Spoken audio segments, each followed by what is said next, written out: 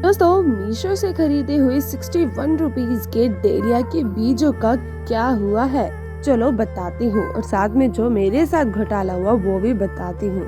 तो इसीलिए भाई वीडियो को पूरा देखें अगर आप अपने साथ ये घोटाले नहीं करवाना चाहते तो। जय श्री राधे दोस्तों जल्दी से मुझे बताइए कि 61 रुपीज में आप नर्सरी से डेलिया के कितने पौधे खरीद सकते हैं। 1 2 3 4। अगर पौधा इतना सा है तो आप 3 से अधिक नहीं खरीद पाएंगे, क्योंकि एक पौधा इतना सा ही मिलेगा आपको 15 से 20 रुपए के बीच में। और अगर पौधा इतना बड़ा हो चुका है तब तो भाई 50 से 100 रुपए एक ही पौधे में लग ही जाएंगे, क्योंकि ये पौधा देखने में जितना सुंदर लगता है इसके फूल उतने ही बेहतरीन होते हैं और विंटर का बेस्ट फ्लावरिंग प्लांट भी इसे बताया गया है। इसीलिए नर्सरी में ये हमें कॉस्टली भी मिल जाता है और थोड़ा चीपेस्ट प्राइस में भी मिल जाता है। बट मैंने आप सभी को कहा कि आपको 61 रुपीज में कितने पौधे मिलेंगे। अब आपका तो पता नहीं, बट मैं बताती हूँ कि 61 में मैंने कितने पौधे तैयार किए हैं। साथ में काउंट करते हैं, 1 2 3 4 और ये 5 6 7 8 9 10 11 12 13 14 और ये 15 16 और ये 17 और ये 18। तो दोस्तों मैंने अपने इस टेरेस गार्डन पर पूरे 18 डेलिया के पौधे उगाए हैं मात्र 61 रुपीज में। और इनके जो बचे हुए भाई बहन हैं वो कुछ मैंने अपने हिमाचल वाले घर में शिफ्ट कर दिए हैं, बिकॉज इनके पौधे बहुत बड़े बड़े होते हैं। पर जब हम इन्हें छोटे गमले में लगाते हैं तो इनका साइज भी छोटा हो जाता है और फ्लावर का साइज भी छोटा हो जाता है। इसीलिए कुछ पौधे मैंने वहाँ पे जमीन में लगा दिए थे ताकि इनकी एक्चुअल शेप और एक्चुअल फ्लावर भी मैं आप सभी को दिखा सकूं, और इसी के साथ ये भी बता सकूं कि ये बड़े पौधे आपके गमलों में भी ग्रो हो जाते हैं। अब आप सभी सोच रहे होंगे कि इतना महंगा और इतना सुंदर दिखने वाला पौधा 61 में 18 प्लस कैसे तैयार कर लिए। तो भाई मीशो जिंदाबाद। मीशो से ही मैंने इसके बीज बाय किए थे पूरे 61 रुपीज। और 61 रुपीज में मेरे पास इतने पौधे तैयार हो गए कि मेरे सारे के सारे गमले कुछ इस तरीके से इन्हीं से भर चुके हैं। और इस फूल की एक खास बात बताऊं, ये पौधा एक बार जिस जगह पे लग गया इसकी जड़ के नीचे इसके आलू तैयार हो जाते हैं। तो नेक्स्ट टाइम आपको इसको लगाने की ज़रूरत बिल्कुल भी नहीं पड़ेगी, क्योंकि अपने आलू से ही नेक्स्ट टाइम जर्मिनेट होके आपको कुछ इस तरीके के फूल देने लग पड़ेगा। तो है ना एकदम कमाल की बात। और अगर आपके पास ये अभी तक भी नहीं है, सीजन जा रहा है और आपका मन कर रहा है इसे ऐड ऑन करने का, तो इसे आप कटिंग से भी लगा सकते हैं, बिकॉज ये इजीली कटिंग से भी तैयार हो जाता है। और इसके फ्लावर एक कलर के नहीं बल्कि डिफरेंट कलर्स के खिलते हैं, जैसे कि इसमें बताया भी गया। और पिछली बार भी मुझे मीशो द्वारा इसका बढ़िया रिजल्ट मिला था, बट इस बार मैंने सोचा कि चलो एक अलग से पैक मंगवा के देखते हैं, उसमें ट्राई करते हैं इनके अलग अलग वेराइटीज़। और इस बार भी मुझे लग रहा है कि मुझे दमदार रिजल्ट मिल ही जाएगा। इन गमलों में लगाया है, सोच रही थी कि लेट मिलेगा रिजल्ट, बट देखिए इतना सा ये पौधा है और इतने से ही पौधे में फ्लावरिंग पॉइंट आना शुरू हो चुके हैं। मतलब बहुत जल्द हम इसे छोटे से पौधे में ही छोटा फ्लावर पा लेंगे। अब चलिए बात करते हैं कि मैं इन डेलिया की केयर कैसे करती हूँ, और इसी के साथ साथ मैंने इनका पालन पोषण कैसे किया ये भी आपको बता देती हूँ। बीजों के माध्यम से जब ये उग गए तो मैंने इनकी छोटी छोटी सैपलिंग को कुछ इस तरीके के पॉट्स में लगाना शुरू कर दिया। फिर गोबर की खाद, पानी, ये दोनों चीजें अच्छे तरीके से इनको टाइम टू टाइम देती रही। उसी का फल है हमारे ये शोभाजनक पौधे। बट आपको एक बात बताऊं, ये जो मेरे बड़े वाले गमले हैं इनके पौधे जब से लगाए हैं इतने से बस इतने ही हुए हैं, और इन्हीं के साथ ये वाले लगाए थे और इनका साइज देखिए कितना बड़ा हो चुका है। तो चलो अब इनकी जांच पड़ताल करते हैं कि इनमें ऐसा क्या हो रहा है जिसकी वजह से इनकी ग्रोथ नहीं हो पा रही है। क्योंकि जब मैंने इनको लगाया था तो ये पॉट काफी बड़ा था, तो इसके नीचे मैंने गार्डन वेस्ट डाला जिसमें मैंने ऑक्टोपस ईगेव की कुछ पत्तियां इसके नीचे भर भर के डाल दी थी। मुझे लग रहा है महीने 2 महीने तो हो चुके हैं, बट वो अभी तक पत्तियां गली नहीं हैं। उसी वजह से शायद इसकी जड़ें पूरे गमले में नहीं फैल रही हैं और उसी वजह से ये पौधे छोटे छोटे से लग रहे हैं। अब देखते हैं ये मेरी गलती वाकई में एक गलती का रूप ले चुकी है, तो चलो इसकी चेकिंग करते हैं। तो इसकी चेकिंग करने से पहले ये जितने भी पौधे मैंने लगाए हैं इनको जड़ और मिट्टी दोनों के माध्यम से कुछ इस तरीके से हम बाहर निकाल लेंगे, ताकि सारा सेटअप करने के बाद पौधे को लगाने के लिए हमें कोई दिक्कत क्रिएट ना हो। तो ये है भाई लेटस का पौधा जो कि सैपलिंग के माध्यम से मैंने यहाँ पे लगाया था, इसे भी निकाल लेंगे। तो अभी देखिए दोस्तों, मैंने सारे पौधे जितने भी लगे हुए थे इस वाले पॉट में वो सबके सब निकाल लिए हैं। और यहाँ पे शॉकिंग चीज़ दिखाऊं, ये कटे हुए प्याज का कटा हुआ सर है जो कि कुछ इस तरीके से प्याज के ढेर सारे पौधों में तब्दील हो चुका है। और देखिए ये चीज़ यहाँ वेस्ट नहीं जाएगा, आप प्याज से भी प्याज को ग्रो करके कुछ इस तरीके से ढेर सारे प्याज पा सकते हैं। इससे आगे बढ़िए तो एक आइस फ्लावर हमारे यहाँ पर रह गया है, इसे मिट्टी के साथ ही अच्छे से निकाल लिया है। और इसी के साथ दोस्तों ये देख लीजिए, मैं जो कहती हूँ सच कहती हूँ भाई, सच के सिवाय कुछ नहीं कहती। ये प्रूफ भी दिखा देती हूँ। ये डेलिया का इत्तू सा पौधा है, आप सभी को पहले भी दिखाया मैंने। और इसके नीचे जो कहा था ना मैंने, आलू तैयार हो जाता है, ये देखिए ये हो चुका है इसका आलू तैयार।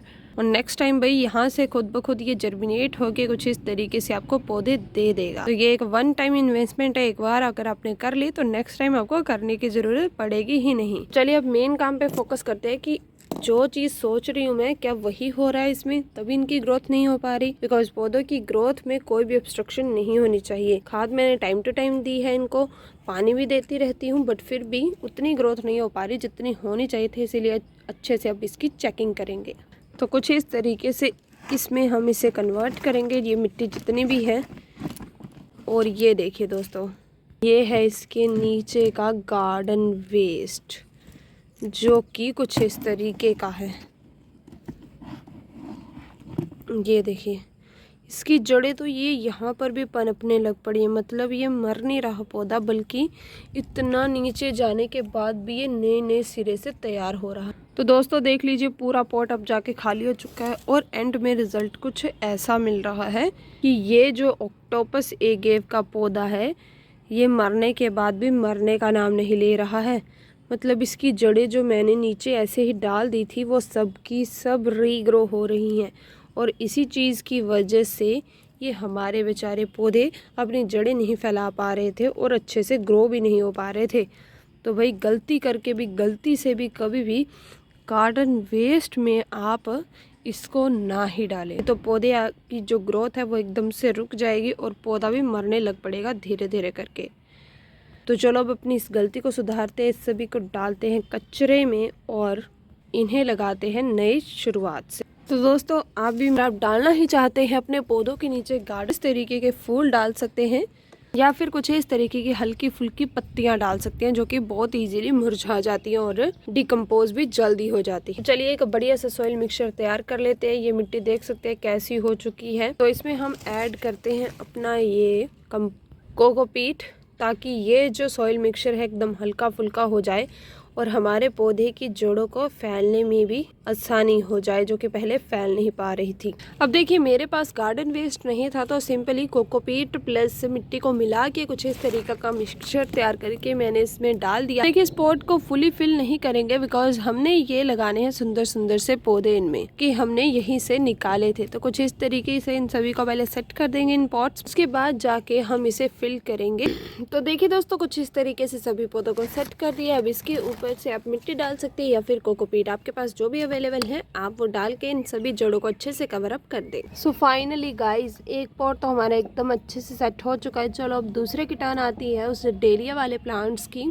सबसे पहले हम यहाँ से अपना पोचा निकाल लेंगे जो टूटा हुआ था और उसमें हमने वंडरिंग जियो लगाया, इसे रख देंगे यहाँ। उसके बाद जैसे पहले सभी पौधों को निकाला सेम प्रोसेस इसी में भी अपनाएंगे, मिट्टी और जड़ के साथ ही सभी पौधों को निकाल लेंगे कुछ इस तरीके से। और ये देखिए दोस्तों आप सभी के सामने लाइव प्रूफ, ये है हमारा डेलिया का पौधा और इसके बिल्कुल जड़ों के नीचे ये रखा हुआ है ऑक्टोपस एगेव, जो कि इसे आगे जाने से इसकी जड़ों को रोक रहा है। और इसकी जड़ें कुछ इस तरीके से आगे जाने के लिए तरस रही हैं, अपने पौधे की ग्रोथ को करने के लिए बढ़ रही थी, बट इसने रोक लिया। उसकी वजह से ये भी आगे नहीं बढ़ पा रहा है।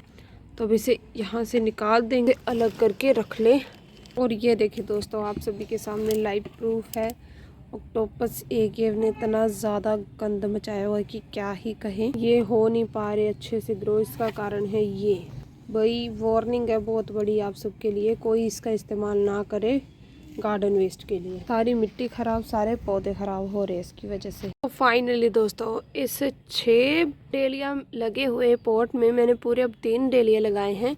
एक डेलिया को उस येलो वाले पॉट में शिफ्ट किया है और 2 जो बचे उनको मैं पॉलीथीन में डाल लिया है, क्योंकि उनको मैं पार्क में लगाना चाहूँगी ताकि पार्क भी फूलों के साथ भर जाए और इसी के साथ साथ नेक्स्ट टाइम वहाँ पर भी खुद ब खुद वो फूल उगाएं। तो सभी कार्य अब जब संपन्न हो चुके हैं इसमें, तो इसमें वाटरिंग कर देते हैं।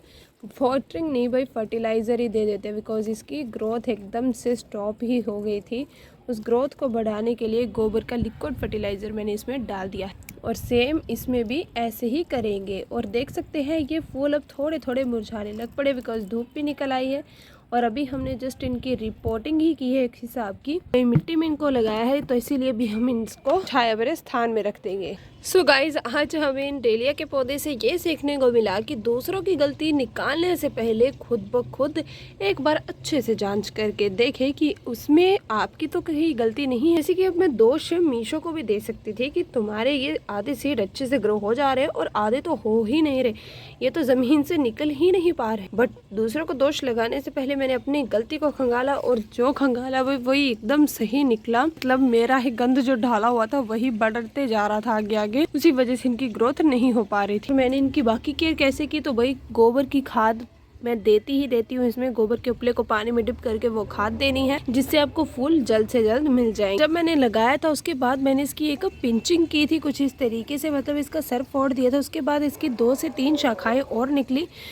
जिससे कि ये पौधा बूशी बन गया। अब आप सभी सोच रहे होंगे कि इसकी पिंचिंग क्या भी कर सकते हैं, तो भाई ये गलती बिल्कुल भी ना करें, बिकॉज अभी इनके खिलने का समय आ रहा है, तो इनको पिंच करने की गलती बिल्कुल भी ना करें। अभी पिंच करेंगे तो मौसम और लेट चला जाएगा, जो कि हमारे पौधे की फ्लावरिंग में फिर दिक्कत पैदा कर देगा। और दोस्तों, डेलिया के पौधे में अगर कीड़ा लगता है, डेलिया क्या मतलब कोई भी पौधा उसमें कीड़ा लगता है, तो हाथ की मदद से इस तरीके से झाड़ दें और पत्तियों को अच्छे से जांच पड़ताल करें कि कहीं से कोई खराब तो नहीं। अगर खराब है तो उसे तोड़ दे। ये कुछ ऐसे स्टेप थे जिन स्टेप्स को आप फॉलो करके अपने इन पौधे की ग्रोथ को अच्छे से बढ़ा सकते हैं। मैं बस इन्हीं छोटे मोटे स्टेप्स को फॉलो करते हुए ही कुछ इस तरीके के बढ़िया बढ़िया रिजल्ट अपने गार्डन में पा रही हूँ। तो दोस्तों, अब आप सभी बताइए आपको आज का ये डेलिया प्लांट्स का रिव्यू मीशो द्वारा कैसा लगा। अब इनके फूलों का कलर देखने के लिए आप क्या एक्साइटेड हैं, कमेंट करके ज़रूर बताएं। तो इसी के साथ मिलेंगे आप सबको फिर नेक्स्ट वीडियो में। तब तक जय श्री राधे, जय श्री राम।